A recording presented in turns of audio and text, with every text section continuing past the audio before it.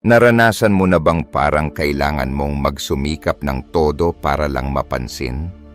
Na parang kailangan mong magsalita ng mas marami, gumawa ng mas marami, maging mas marami, para lang makuha ang atensyon, respeto o pag-aproba ng isang tao? At kahit ginawa mo na ang lahat, parang wala pa ring nakapansin.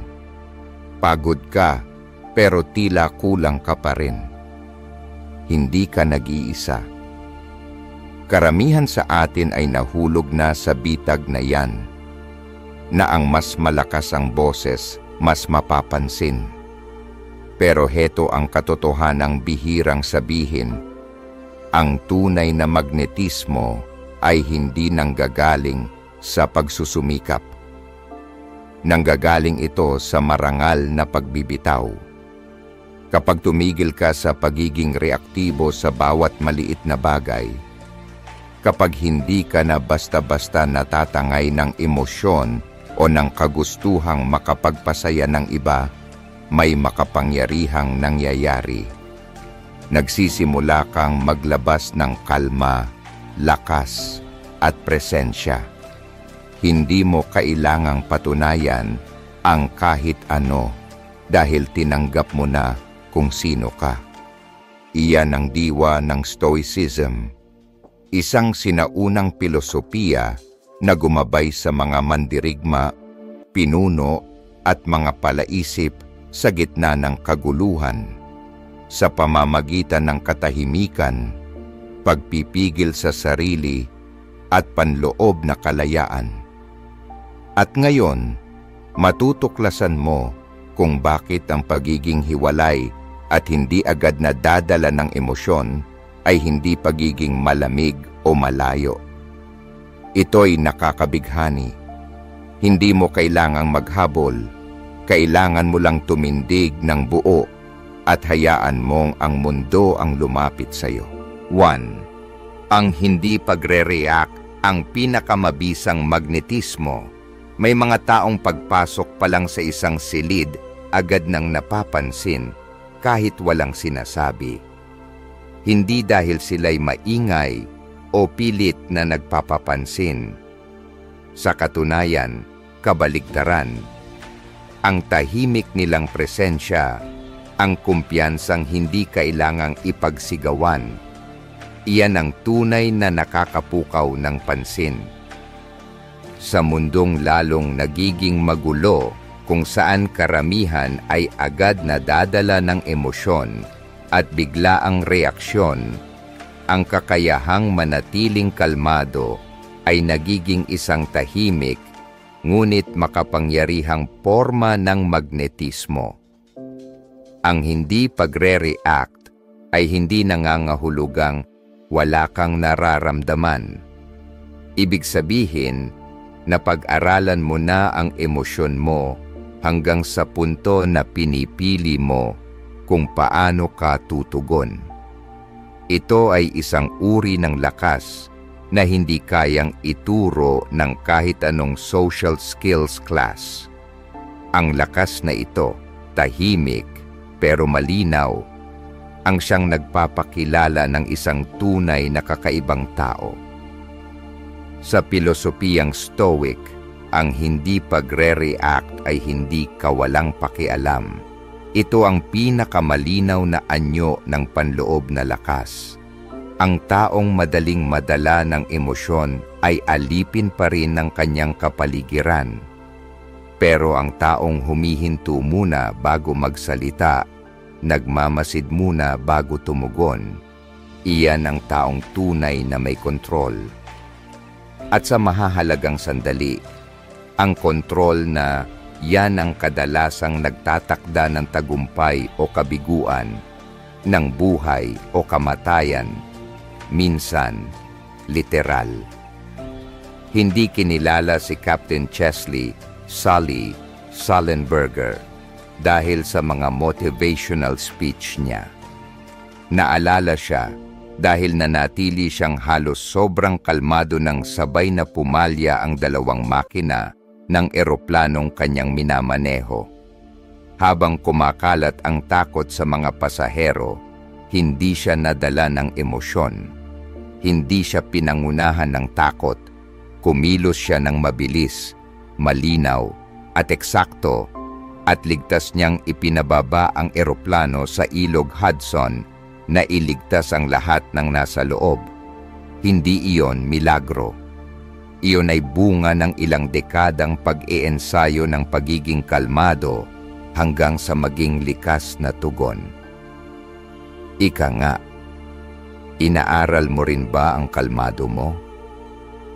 Nakakagulat kung gaano kadalas tayong tumutugon nang hindi natin namamalayan. Naranasan mo na bang huminto sa gitna ng isang pagtatalo? Walang depensa, walang paliwanag, walang pagsubok na patunayan ang sarili. Sa una, parang sumusuko ka, parang ikaw ang talo. Pero kung mananatili ka sa hindi komportableng katahimikang iyon, may ibang bagay na lilitaw. Isang matatag na katahimikan, isang tahimik na puwang kung saan mas malinaw mong nakikita ang lahat. Ang pinaka-kaakit-akit na tao ay hindi laging magaling magsalita. Sila ang marunong manahimik sa tamang oras. Lahat tayo ay nasaktan na ng salita ng iba. At kadalasan, ang unang reaksyon natin ay gumanti, ipagtanggol ang sarili. Pero natanong mo na ba ang sarili mo? Ano ang ipinagtatanggol ko? Ego ko ba? Imahe ko? O isang bersyon ng sarili ko na ayaw kong bitawan? Kapag sapat na ang kalmado mo para hindi tumugon, mauunawaan mong wala ka namang talagang nawawala. Sa halip, iniingatan mo ang enerhiya mo. Hindi mo ibinibigay sa iba ang kontrol ng emosyon mo na parang hawak nila ang remote. Sabi ni Seneca, "He who is everywhere is nowhere." Kapag tumutugon ka sa bawat batikos, bawat balita, bawat kaguluhan, para mong pinagpira-piraso ang sarili mo at bawat piraso ay nagiging kahinaan. Pero kapag nananatili kang nakasentro, matatag, nakabaon sa lupa, at tahimik kung hindi kailangan ng salita, nagiging hindi ka mabasa, hindi ka matitinag, at napakaakitin. Subukan mo ito. Sa susunod na may magsabi ng bagay na nakakapagpainit ng ulo mo, huminto ka ng 3 segundo. 3 segundo lang. Huwag kang magsalita. Huwag mong igalaw ang mata. Huwag kang kumurap. Umupo ka sa pakiramdam at pansinin kung saan ka dadalhin ng impulsong yon. Pagkatapos, pumili. Pumili kung alin ang dapat sabihin o kung may dapat bang sabihin. Iyan ang 30 segundong superpower mo. At heto ang twist. Habang mas kaunti kang tumutugon, mas malinaw mong nakikita ang iba. Kapag hindi ka pinangungunahan ng emosyon, mas nararamdaman mo kung ano talaga ang pinanggagalingan ng mga tao. Madalas, ang galit ay pantakip lang sa takot. Ang madaldal, kadalasan, naghahanap lang ng pag-aproba. At kapag nakita mo yon, titigil ka sa pagre-react. Magsisimula kang umunawa. At mula sa pag-unawang iyon, ikaw ang mangunguna. Ang tunay na presensya ay hindi galing sa itsura. Galing ito sa kung ano ang nananatiling matatag sa loob mo habang sinusubukan kang ugain ng mundo. Hindi ito nililiwanagan ng spotlight, kundi hinuhubog sa mga madidilim na sandaling dinaanan mo nang hindi nawawala ang sarili mo. At kapag naranasan mo na ang lakas ng hindi pagre-react, mauunawaan mong ganito ang katotohanan. Sa likod ng kalmadong iyon ay may mas malalim pang bagay, isang uri ng katahimikan na hindi taglay ng lahat pero hinahanap ng karamihan. Sa susunod na aralin, sasalubungin natin ang katahimikang yan. Dahil sa isang mundong maingay, ang katahimikan ang pinakamalakas na tinig. Chapter 2. Ang kalmadong isip ang umuukit ng atensyon. Napansin mo na ba kung ano ang pinakabihirang bagay sa gitna ng busina ng mga sasakyan, tunog ng cellphone, mga paanyaya sa meeting, at walang katapusang pag-scroll ng balita? Hindi ito atensyon, hindi rin tagumpay, kundi katahimikan. Ang dating natural na kalagayan natin ay naging kakaiba na minsan pa nga pinagdududahan. Tumahimik ka lang ng 3 araw online, may magtatanong na agad, "Okay ka lang ba?" Pero ang katahimikan ay hindi palaging senyales ng pagkasira. Minsan, ito ang pinakamalinaw na patunay ng lakas. Sa panahon kung saan ang emosyon ay ginagamit para makuha ang atensyon ng iba, ang taong marunong manahimik ay hindi lang mapagpakumbaba, isa silang taong tumatangging madamay sa ingay ng gulong-gulo ng mundo. Walang biglaang reaksyon, walang desperadong opinyon, walang takot na hindi maintindihan. Iyan ang isang bihirang anyo ng magnetismo. Dahil kapag ang lahat ay nagsisigawan para marinig, ang nananatiling tahimik ang siyang pinakikinggan. Kapag sinadya, ang katahimikan ay nagiging isang paninindigan. Hindi pader na gawa sa bato, kundi muog na gawa sa pagpipigil at malay. Sabi ni Marcus Aurelius, ang pinakamainam na paghihiganti ay ang huwag maging katulad ng taong nanakit sa iyo. Ang hindi pagre-react, ang hindi pagpakumbaba sa mga bagay na mababa sa iyo. Iyan ang sukdulang kumpiyansa. At walang mas nakakaakit kaysa sa isang taong hindi natitinag ng kaguluhan sa paligid niya. Hindi si Keanu Reeves isang stoic na pilosopo, pero para siyang namumuhay bilang isa. Hindi siya madalas lumantad. Iniiwasan niya ang walang saysay na argumento. Hindi siya habol sa spotlight gaya ng karamihan sa mga sikat. At dahil diyan, hindi siya matigil pag-usapan ng tao kahit halos wala siyang sinasabi. Sa mundong puno ng sigawan para mapansin, ang taong umaatras, nagsasalita lamang kung kailan mahalaga, ang siyang nagiging mata ng bagyo, kalmado at sentro ng pansin. Pero hindi lang ito tungkol sa mga sikat. Balikan mo ang isang katrabaho mong tahimik lang sa mga meeting. Yung hindi umiimik hanggat walang dapat sabihin. Pero kapag nagsalita, tila nagbabago ang ihip ng hangin sa kwarto. Napansin mo bang ang mga salitang mula sa taong tahimik ay 3 ulit mas tumatagos kaysa sa iba? Hindi dahil sila ang pinakamatatalino, kundi dahil alam nila kung kailan hindi dapat magsalita. Madalas nating napagkakamalang pareho ang reaction at response. Ang reaction ay mabilisan, emosyonal, at inaasahan. Ang response ay mabagal, pinag-isipan, at madalas nakakagulat. Ang tunay na impluwensya ay hindi galing sa bilis, kundi sa lalim. Kaya't ang mga taong nananatiling nakabaon sa lupa kahit may bagyo, sila ang nagbibigay sa atin ng pakiramdam ng seguridad at tiwala. Hindi sila tinatangay ng karamihan. Ang katahimikan ay hindi lang matalinong hakbang, isa itong sinaunang birtud.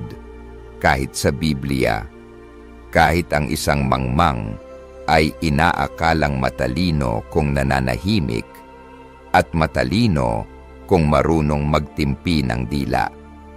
Kung ang mangmang ay nagmumukhang matalino sa katahimikan, paano pa ikaw na may isip, lalim at disiplina? Paano mo gagamitin ang katahimikan bilang iyong lakas? Kung nais mong pagharian ang katahimikang may bigat, magsimula sa maliliit na hakbang. Kapag may gusto kang ipadala na depensibong mensahe, huminto ng 5 minuto. Burahin. Isulat ito muli na para kang isang kalmadong estranghero. Kapag may bumato sa iyo ng insulto, titigan mo siya sa mata. Pero huwag kang magsalita. Manatiling tahimik, hindi para tiisin, kundi para ipakita na hindi mo kailangang tumugon para manatiling naroon. Kapag hindi mo na hinahayaang agawin ng emosyon ang manibela, ikaw na ang may kontrol sa buong silid. Minsan, ang dahilan kung bakit nire-respeto ka ay hindi dahil sa sinabi mo, kundi sa alam mong kailan hindi dapat magsalita. Sa panahong ito, ang katahimikan ay hindi background lamang. Ito ang tandang padamdam. At kapag natutunan mong manahimik sa tamang sandali, hindi ka lang magiging mas kaakit-akit, magiging mas kapanipaniwala ka, mas misteryoso at mas delikado. Ang katahimikan ang simula. Pero kung minsan ay natatakot kang baka sa paglayo mo ay maiwan ka, oras na para baguhin mo ang pananaw na yan. Dahil ang susunod na aral ay ito, ang distansya ay hindi kakulangan. Ito ang lugar kung saan hinuhubog ang iyong panloob na lakas. At kapag nalakaran mo na ang lupaing iyon, hindi mo na kailanman hahanapin ang kumpirmasyon ng iba para malaman mong sapat ka na. 3. Ang pagbitaw ang tunay na lakas, hindi lamig. Napansin mo ba kung paanong lumaki tayo sa mundong tinuturo na kung hindi tayo naririnig, hindi tayo nakikita, o hindi tayo sinasang-ayunan, parang wala tayong halaga? Kaya tayo nagre-react, nagpapaliwanag, kumakapit. Para tayong nakatayo sa isang madilim na kwarto, kumakaway ng desperado, umaasang may magbubukas ng ilaw. Pero iba ang mga Stoic. Hindi sila umaasa sa liwanag ng iba, sila mismo ang liwanag. At hindi ito yung nakakasilaw na liwanag na kailangan ng pansin. Ito'y tahimik, matatag, at tuloy-tuloy. At nagsisimula ito sa isang simpleng pero mahirap na desisyon. Ang bitawan, ang pagnanais na makilala at mamuhay na parang sapat ka na kahit walang nakakakita sa iyo. Hindi lahat makakaintindi ng ganitong pagbitaw. Sa iba, mukha itong paglayo o pagkakait. Pero sa mata ng Stoic, ito ang pinagmumulan ng lakas. Ang detachment ay hindi pag-iwas. Hindi ito pagtalikod sa mundo. Ito ay pagtangging kontrolin tayo ng mundo. Isa itong pagsasara ng mga mental na bintana na iniwang bukas para sa opinyon, papuri, at puna, para may sapat na espasyo tayong maiwan para sa sarili. Ang tunay na pagbitaw ay hindi nagpapalamig sa puso, pinapalaya nito ang kaluluwa. Dahil kapag hindi mo na kailangan ng kumpirmasyon ng iba, doon nagsisimula maging totoo ang halaga mo. Tanungin mo ang sarili mo, kung mawawala lahat ng papuri bukas, maniniwala ka pa rin bang sapat ka na? Si David Goggins, dating Navy SEAL at author ng Can't Hurt Me, ay minsang nagkwento kung paanong nag-ensayo siya mag-isa sa dilim. Walang papuri, walang palakpakan. Napansin lang siya ng mundo pagkatapos na siyang maging parang makina.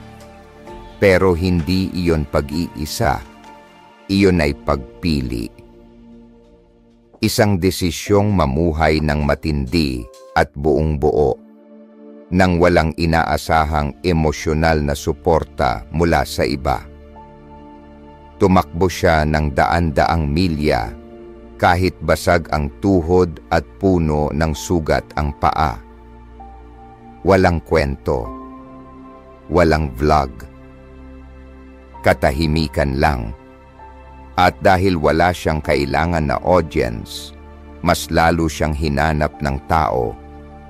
Pero ang magnetismo niya ay hindi dahil sa misteryo, kundi dahil hindi niya kailangan ng palakpak para mabuhay.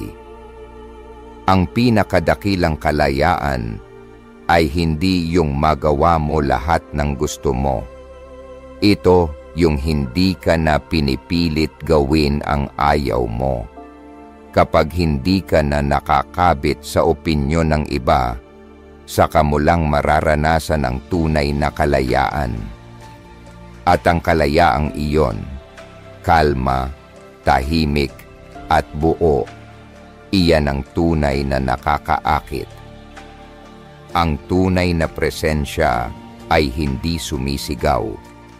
Ito'y umaapaw, at ang pinakamatinding enerhiya lagi nang nanggagaling sa pinakatahimik na lugar. Subukan mo ito. Sa susunod na mahuli mong sarili mong nagpapaliwanag lang para mapalagay ang loob ng iba, huminto ka. Tanungin mo ang sarili mo, kailangan ba talaga ito? At kung pipiliin mong manahimik, ano ang mawawala sa iyo? Kung wala, baka isang piraso ng lakas mo ang nailigtas mo. At ang lakas na yan, tahimik man, ay parang grabidad. Di nakikita pero hindi maitatanggi. Itinuturo ng mundo ngayon na kung hindi ka palaging nakikita, hindi ka sumasagot, o hindi ka nagre-react, makakalimutan ka. Pero dahil karamihan ay laging nagre-react, ang mga humakbang paatras, ang hindi kailangang lumitaw palagi, sila ang nagiging bihira. Sila ang pahinga sa gitna ng maingay na awit. Sila ang tuldok sa dulo ng mahabang pangungusap na nagpapahinto sa iyo para mag-isip. Ang pagbitaw ay hindi kawalan. Doon mismo nabubuo ang lakas. Maaaring hindi ito mapansin agad ng iba.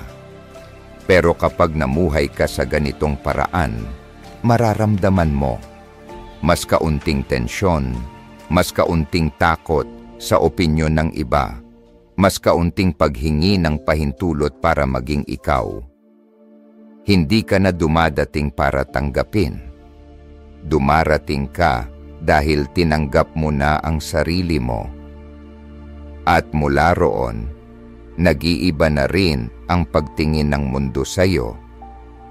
Kaya anong buhay ang pipiliin mo? Ang palaging nagpapakita para mapansin, o ang nananatili sa lugar para mas lumalim? Kapag pinili mong magpakawala, hindi ka mawawala. Mas lalo kang magiging malinaw. At doon mo matutuklasan ang isang bagay na mas malalim. Minsan, ang hindi mo sinasabi ang siyang pinakikinggan ng lahat. Ang katahimikan, kapag may laman, kayang kontrolin ang buong silid. Pero ang bigat na yan ay hindi aksidente.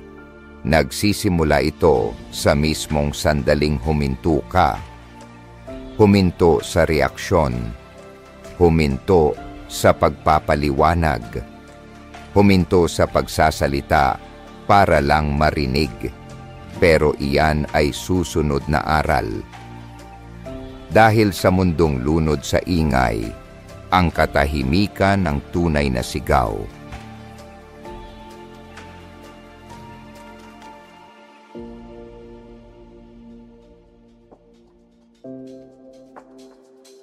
Four, mas nakakadisarma ang katahimikan mo kaysa sa mga salita mo.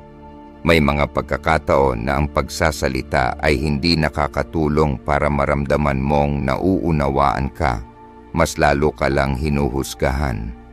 At habang mas pinipilit mong ipaglaban ang sarili mo, mas lalo kang nahihila sa laro ng iba. Isang laro na hindi batay sa kung sino ang tama, kundi kung sino ang mas malakas ang boses. Sa lipunang kinokonekta ang bilis ng sagot sa lakas ng loob, ang taong nananatiling tahimik, hindi dahil takot siya kundi dahil sinadya niya, ang siya talagang pinakikinggan. Walang nagtuturo sa atin kung paano manahimik. Ang tinuturo sa atin ay kung paano mag-react, paano ipagtanggol ang ego, paano manalo sa argumento. Pero bihira tayong maturuan na minsan ang hindi pag-react ang pinakamatinding anyo ng kontrol. Hindi dahil wala kang gustong sabihin, kundi alam mong ang pagsasabi nito ay wala namang tunay na silbi. Ang katahimikan ay hindi kahinaan. Ito ay isang counter-attack na hindi inaasahan. Inuurong mo ang enerhiya mo mula sa away. Hinahayaan mong maubos ito ng kusa. Hindi lahat ng laban ay karapat-dapat sa kapalit ng iyong kapayapaan. Isa sa mga taong tunay na nakaunawa nito ay si Barack Obama. Noong panahon ng kanyang pagkapangulo, madalas siyang tawaging passive o tahimik sa media.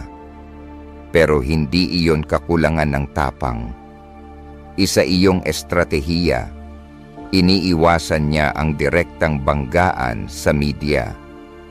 Bihira ang formal briefings.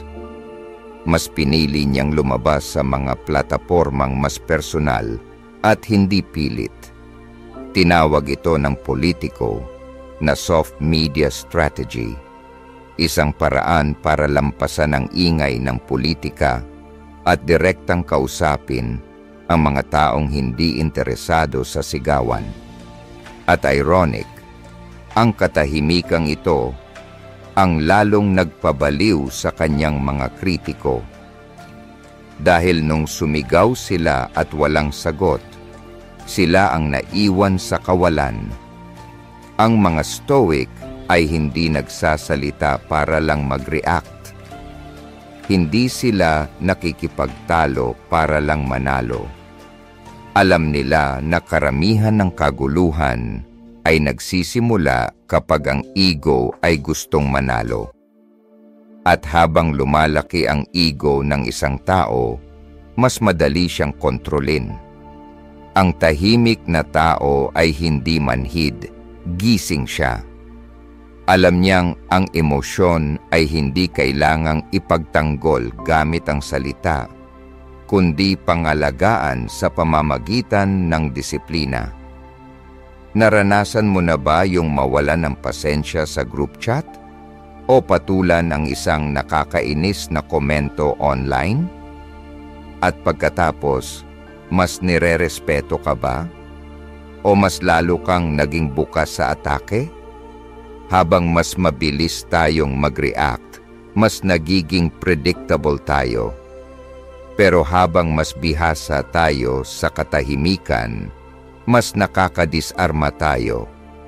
Kasi kapag hindi ka nag-react, wala silang mapanghahawakan. Iyan ang kilos ng taong tunay na kilala ang sarili.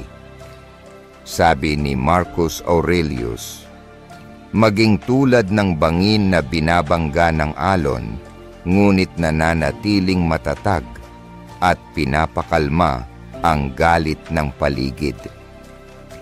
Ang tunay na lakas ay hindi sa pagsagot sa bawat suntok, kundi sa pananatiling hindi natitinag. Hayaan mong ang iba ang magpakilala ng totoo nilang sarili sa pamamagitan ng kanilang reaksyon. Ikaw, hindi mo kailangang tumalon sa putikan para lang patunayang malinis ka. Madaling sabihin, mahirap gawin. Ang manahimik sa gitna ng argumento ay parang pagsarado ng kamao sa harap ng maraming taong humihiyaw sa iyo para suntukin mo sila. Pero ang lakas mo ay nasa loob. Tahimik ako, hindi dahil takot ako, kundi dahil kontrolado ko ang sarili ko. At ang kagandahan nito, ramdam yan ng iba kahit wala kang sabihin. Kung gusto mong magsanay, magsimula sa maliit. Sa susunod na may magsabi ng bagay na gusto mong patulan, wag muna. Huminga ka. Umatras ka ng kaunti sa isip mo. Tanungin mo ang sarili mo. Yung sasabihin ko ba ay galing sa katotohanan o sa discomfort ko sa pakiramdam na wala akong kontrol? Kung hindi ka sigurado, huwag mo munang sabihin. Dahil isang hindi kailangang pangungusap, minsan, mas nakakasira pa kaysa sa isang daang paumanhin. Huwag mong hayaang maging walang laman ang katahimikan. Gawin mo itong espasyo na ikaw ang may hawak. Isang paghinto na kayang baguhin ang hangin sa loob ng kwarto. Sa mga meeting, subukan mong huwag muna magsalita sa unang ilang minuto. Manood. Makinig. Makikita mong kusa silang magbubukas. Ang intensyon nila, ang takot nila, ang kahinaan nila. At pag ikaw na ang nagsalita, isang pangungusap mo lang, maaaring magbago ang lahat. At higit sa lahat, ang katahimikan ay gumagawa sa iyo ng magnetiko. Hindi sa paraan ng pagiging palatawa o kaakit-akit, kundi sa paraan na mapapaisip ang tao. Ano kaya ang iniisip niya? Kapag mas kaunti ang sinasabi mo, mas mabigat ang bawat salita. Kapag hindi ka nagmamadaling sumagot, mas malalim ang presensya mo. Hindi tao ang naaakit sa ingay. Ang hinahanap nila ay misteryo. Kung narating mo ito, salamat. Hindi ka lang nanonood ng video, sinasanay mo ang panloob mong kapangyarihan. Salamat sa pasensya mo. Kung tumama ito sa iyo, mag-subscribe ka. Hindi para sa algorithm, kundi dahil ito ang espasyo kung saan mo pwedeng hasain ang isip mo, patahimikin ang puso mo, at buuin ang presensya mong hindi basta-basta matitinag. Manatili ka hanggang dulo. Bawat bahagi ay mahalaga kung gusto mong hindi lang maintindihan ang Stoicism kundi maisabuhay ito. 5. Ang hangganan ay hindi pader, kundi pamantayan. Madalas nating iniisip na para mahalin o magustuhan tayo, kailangan lagi tayong sumang-ayon, laging available, laging nagpapasakop, laging nagsasabing oo. Pero isipin mo, ano ang nararamdaman mo kapag may taong pumapayag sa lahat, walang tanong-tanong? Naiinis ka ba minsan? Sa kabilang banda, hindi ba't may tahimik na lakas ang taong marunong tumanggi, kalma, malinaw, walang galit at walang mahabang paliwanag? Ang ganitong klaseng presensya ay hindi galing sa pagpipilit na mapasaya ang lahat. Galing yan sa malinaw na hangganan. Ang taong may hangganan ay kilala ang sarili. Hindi nila hinahayaang mabali ang mga paniniwala nila. Hindi sila nagwawala, pero hindi rin sila nagpapakontrol. Marunong silang ngumiti at sabihing hindi. At ang kapalit noon ay respeto, hindi galit.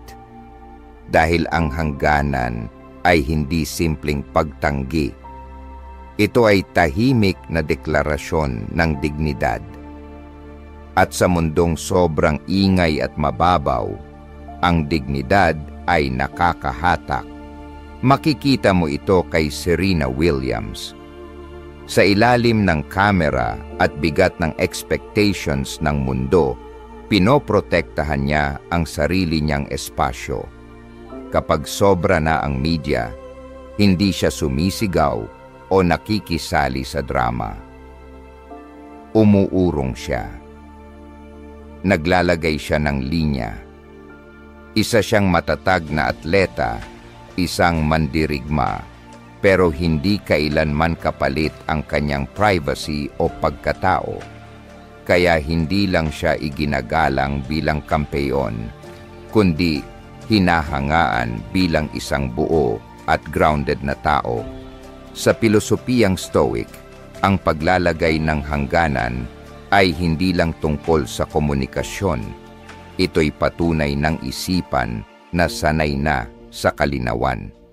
Kapag malinaw sa iyo kung ano ang tatanggapin mo at ano ang hindi, hindi ka basta-basta nadadala ng emosyon ng iba. Hindi ka natataranta sa pressure dahil matagal mo nang pinili kung ano ang nagpapapanatili ng kapayapaan mo at nasaan ka para protektahan yon. Pero paano mo ito isasabuhay kung may boss na demanding, kaibigang sumusobra, o karelasyong gustong kontrolin ang emosyon mo? Hindi sagot ang maging malamig o umiwas. Sagot ang pagiging malinaw at matatag.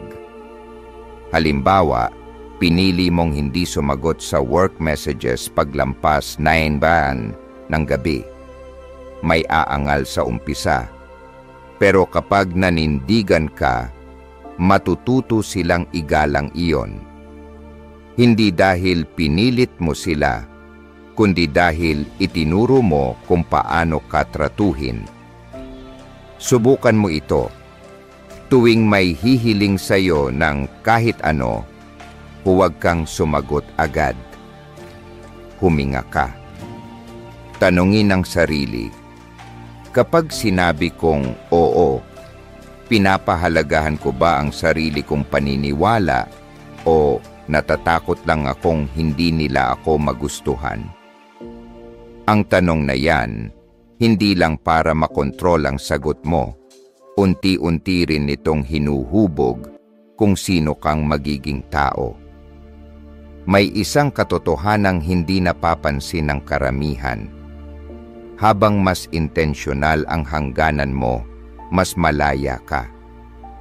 Hindi dahil umiiwas ka sa responsibilidad, kundi dahil namimili ka ng buhay na naaayon sa kung ano talaga ang mahalaga. Hindi ka basta naiinis. Hindi ka umaasa sa approval ng iba. Matatag ka. Kasi natutunan mong bantayan kung ano ang mahalaga sa loob mo. At kapag nagsimula ka ng tumanggi, oo, may maiinis sa umpisa. Pero sa bandang huli, irerespeto ka nila. Makikita ka nila bilang taong hindi madaling manipulahin. At dahil doon, nagiging mas mahirap kang abutin, mas misteryoso, mas mapagkakatiwalaan.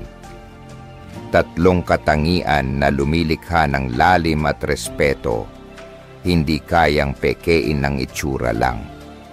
Tanungin mo ang sarili mo, ilang beses ka nang nagsabing oo para lang hindi mainis ang iba?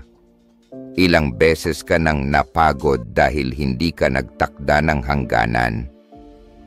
At kung nangyari na ito, kailan mo gustong magsimulang magbago?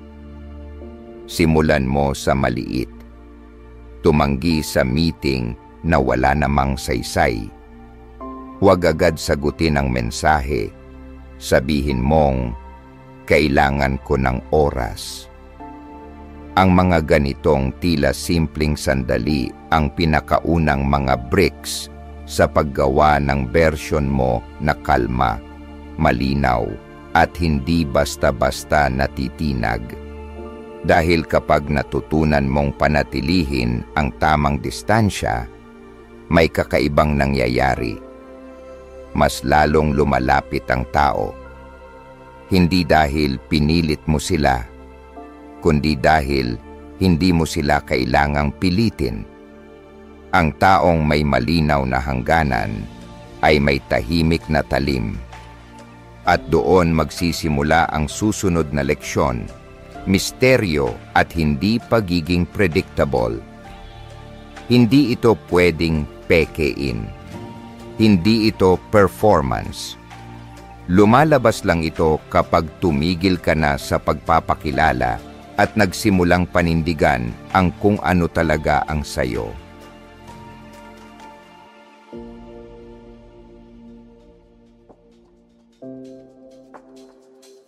Six, ang hindi inaakala ay nakakahatak. Kapag ikaw ay nakaugat sa sarili likas sa tao, ang mahumaling sa mga bagay na hindi agad maunawaan. Nakaprograma sa ating utak ang pag-uusisa. Ang hindi malinaw, ang mahirap basahin, yan ang nakakapukaw ng atensyon. Ang pamilyar, mabilis yang mawalan ng bisa. Kapag ang isang tao ay laging nagpapakita ng emosyon, agad na nagre-react, at palaging nababasa, nawawala ang hiwaga sa kanya. At ang hiwaga, iyon ang nagpapalalim ng paghanga habang tumatagal ang panahon. Madali nating akalaing para maging kaakit-akit, kailangan nating maging madaldal, mabilis mag-isip, o palaban sa pagpapahayag. Pero ang tunay na magnetismo, hindi galing sa mga sinasabi mo. Galing yon sa mga pinipili mong itago. Ang taong marunong manahimik sa tamang sandali, hindi ibinubunyag ang lahat ng iniisip at nararamdaman, at kayang manatiling kalmado sa gitna ng tensyon. Iyon ang nagiging misteryo. At ang misteryo may hatak. Nilalapitan siya ng mga tao, pero may alinlangang lumapit ng husto. May tahimik na lakas sa espasyong yan, parang grabidad na hindi mo kita, pero nararamdaman. Pero ang pagiging ganitong uri ng tao ay hindi pagpepeke, hindi pagtatago ng emosyon para lang magmukhang cool. Isa itong disiplina na nakaugat sa malalim na pagkilala sa sarili. Hindi ka nagpipigil dahil sa takot. Nagpipigil ka dahil alam mong hindi mo kailangang ipakita ang lahat. Sabi ng mga Stoic, ang lalim ng tao ay hindi palaging nakikita sa pananalita. Minsan, nasa pagtanggap na hindi mo kailangang laging magsalita. Ang totoong kumpiyansa ay hindi kailangan ng atensyon. Galing ito sa tiyak na pagkakaalam kung sino ka kahit walang nakatingin. Makikita mo ito sa mga simpleng eksena, meeting sa trabaho, kwentuhan sa barkada, argumento sa pamilya. Yung madaldal, madalas hindi talaga pinakikinggan. Pinapakinggan sila kasi kailangan, hindi kasi gusto. Pero yung tahimik, nanonood, nagmamasid, hindi agad humuhusga. Kapag nagsalita na, malinaw at maikli, lahat napapatingin. Hindi nila inaagaw ang atensyon. Binabago nila ang takbo ng usapan dahil sa pagtitimpi nila. Ang ganitong presensya, hindi galing sa dami ng sinasabi. Galing ito sa kakayahang magpigil. Hindi tinuturo ng Stoicism ang pananahimik para manipulahin ang iba. Tinuturo nito ang katahimikan bilang paraan ng pananatiling malaya. Dahil kapag masyado kang mabilis mag-react, binibigay mo ang kontrol sa iba. Kapag may isang tao lang na tamaan ang kahinaan mo, nawawala ang timon ng sarili mong emosyon. Pero kung marunong kang huminto, kung hindi ka agad nagagalit, hindi agad dumedepensa, hindi agad nagmamadaling magpaliwanag, lumilikha ka ng puwang na hindi kayang hawakan ng kahit sino, at sa puwang na yan, nababalik mo ang sarili mong kapangyarihan.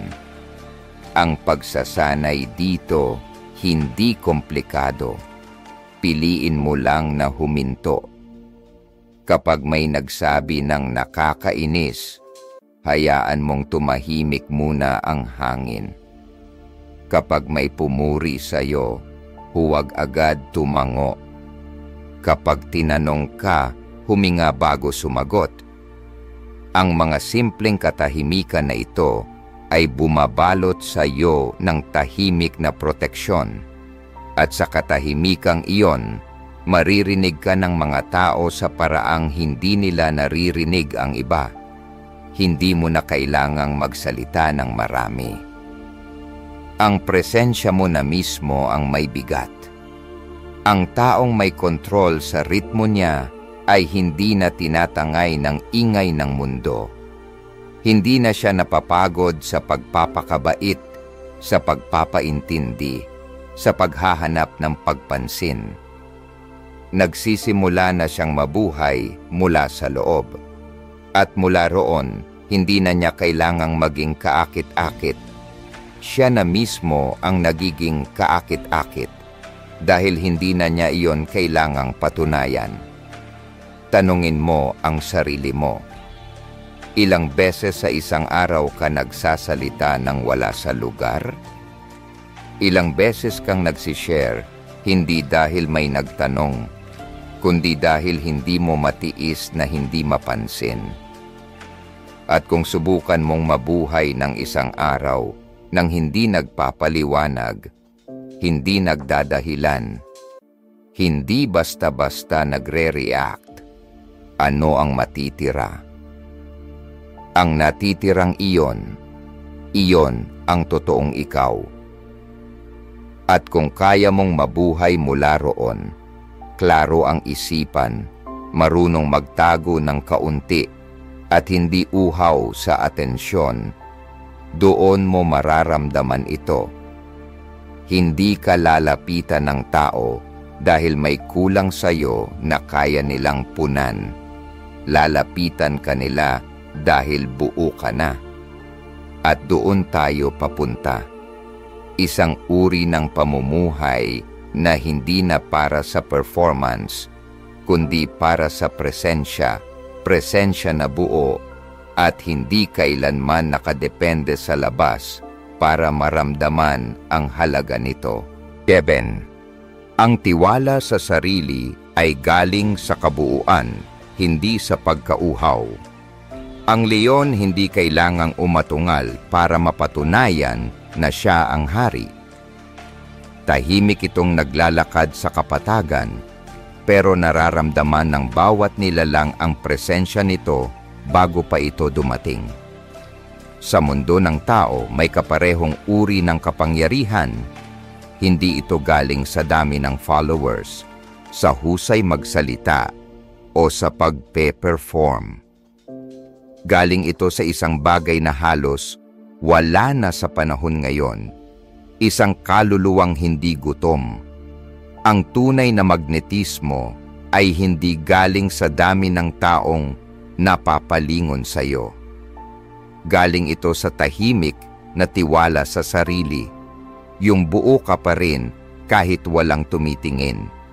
Hindi ito madalas pag-usapan dahil hindi ito nabebenta. Wala kang makukuhang metric para sa panloob na kabuuan. Walang bilang ng likes o views ang makakasukat nito. Pero ito ang hinahanap-hanap natin sa ibang tao, kahit hindi natin namamalayan. Isang kabuuang hindi kailangang sumigaw para sabihing, narito ako. Alam ng mga Stoic, kapag kailangan mong habulin ang atensyon, hindi talaga ito sa'yo. Ang atensyong nakuha sa pagpe-perform ay laging may utang sa inaasahan ng iba. Mabilis itong dumarating, pero mas mabilis din itong nawawala dahil hindi ito nakaugat sa tunay mong pagkatao. Hiniram lang ito mula sa uso, sa chismis, sa mga tinging hindi naman talaga para sa iyo. At kapag nasanay kang mabuhay sa ilaw ng ibang tao, nakakalimutan mong ikaw din mismo ay pinanggagalingan ng liwanag. Paano mo magiging ikaw ang ganitong uri ng tao?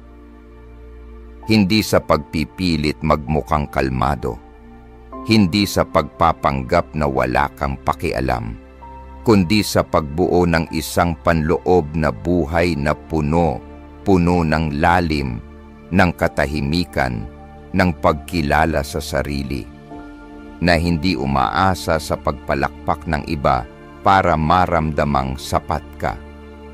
Magsimula sa pinakamaliit na hakbang. Kapag napansin mong sumasagot ka agad sa mensahe, para lang hindi mukhang suplado, huminto at itanong, galing ba sa kalinawan ang sagot ko o sa takot na husgahan?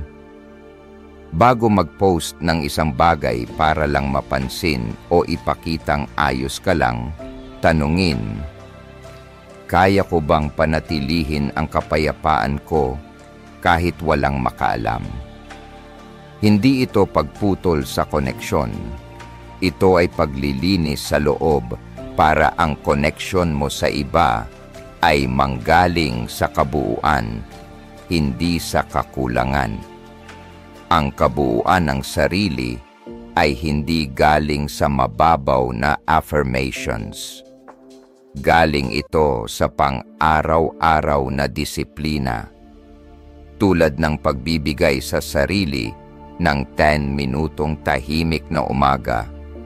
Walang telepono, walang inaasahan, para lang pansinin, balisang isip ba ako o kalmado?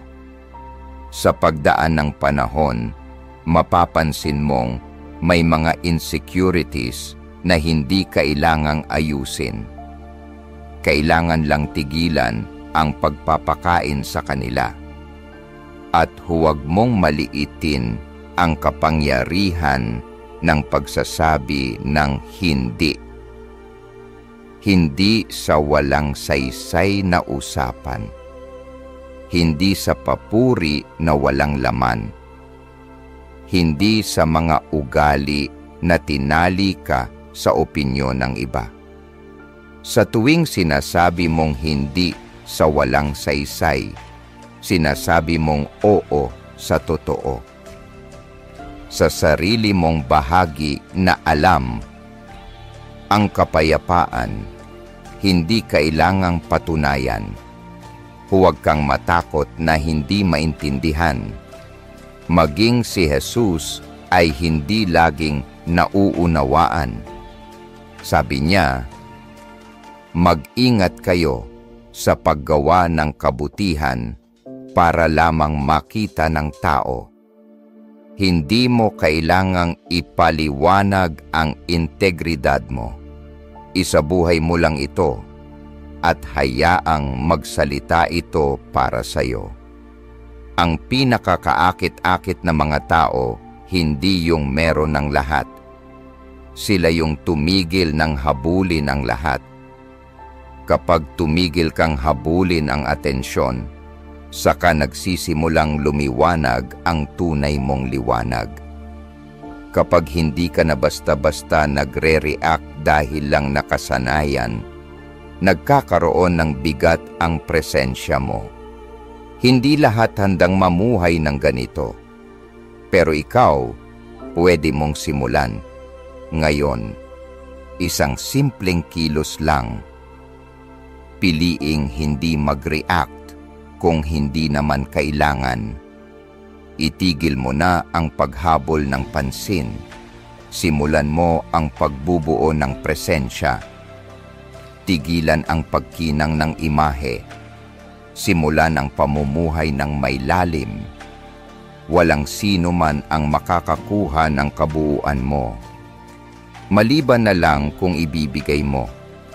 At kapag pinili mong hawakan ito, ang tunay mong buo at tahimik na lakas, hindi ka lang nagiging kaakit-akit.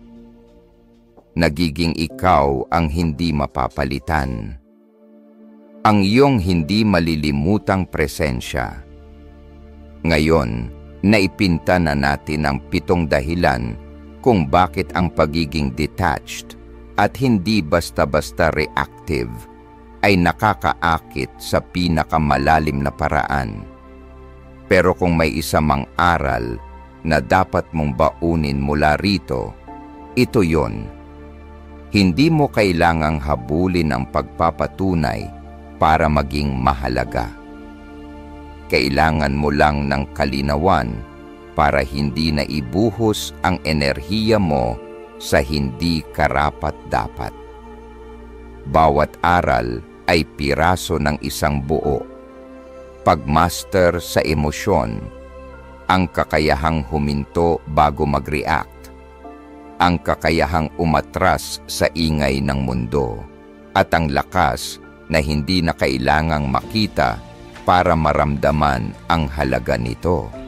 Sinimulan mo nang mabawi ang iyong panloob na aksis, tahimik, matatag, hindi matitinag, at doon may kakaibang pagbabago.